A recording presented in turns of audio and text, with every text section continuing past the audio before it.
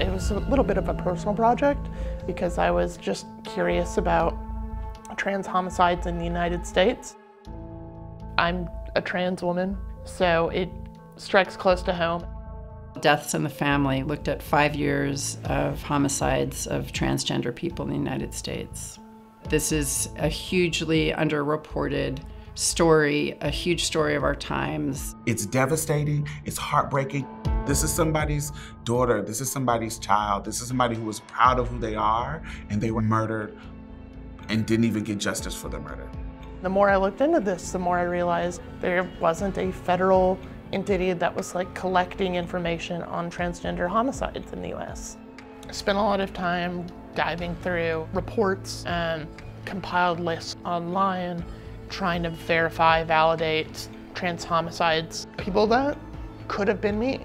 We found that the suspects were overwhelmingly young men. There are certain states around the country that allowed trans panic defenses, which basically is somebody saying, the trans person tricked me, I didn't know they were trans, so I acted in defense and attacked them, killed them, and stunningly, that's a defense that works sometimes. We have been the dog whistle for anybody on the right to be able to rally their base. The correlation between that rhetoric, those political attacks, and the rise in violence is sharply visible in the data.